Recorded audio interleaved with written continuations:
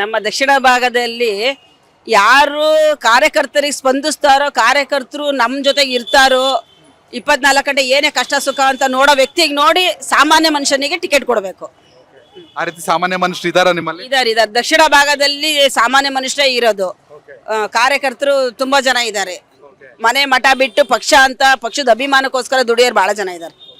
ಈ ಹಿಂದೆ ನೋಡ್ದಂಗೆ ಯಶವಂತರಾವ್ ಜಾಧವ್ ಅವರು, ಅಜಯ್ ಕುಮಾರ್ ಅವರು, ಈಗ ಶ್ರೀನಿವಾಸ್ ದಾಸ್ ಕರಿಯಪ್ಪ ಅವ್ರು ನಮಗೂ ಬೇಕು ಅಂತ ಹೇಳ್ತಾರೆ.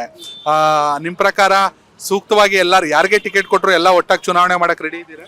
ಯಾರಿಗಾದ್ರೂ ಕೊಡ್ಲಿ, ಪಕ್ಷ ಏನ್ ತೀರ್ಮಾನ ಮಾಡುತ್ತೋ, ನಮ್ಮ ರಾಜ್ಯದವ್ರು ಯಾರು ತೀರ್ಮಾನ ಮಾಡ್ತಾರೋ ಅವ್ರಿಗೆ ಕೆಲಸ ಮಾಡಕ್ ರೆಡಿ ಇದೀವಿ ನಾವು. ದಾವಣಗೆರೆ ಬಿಜೆಪಿಲಿ ಯಾವುದೇ ಭಿನ್ನಮತ ಇಲ್ಲ.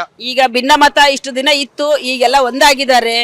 ರಾಜ್ಯದವ್ರು ಹೇಳಿ ಎಲ್ಲ ಮಾಡಿದ್ದಾರೆ. ಯಾರಿಗೆ ಕೊಟ್ಟರು ಮಾಡ್ತಾರೆ. ನಿಮ್ ಜಿಲ್ಲಾಧ್ಯಕ್ಷ ಹೆಸರನ್ನ ಹೇಳಿ. ರಾಜಶೇಖರ್ ಅವರೇ ಎಲ್ಲೋ ನ್ಯೂಟ್ಲ್ ಆಗ್ಬಿಟ್ಟಿದ್ರಪ್ಪ ಕಳೆದ 2 ವರ್ಷಗಳಿಂದ.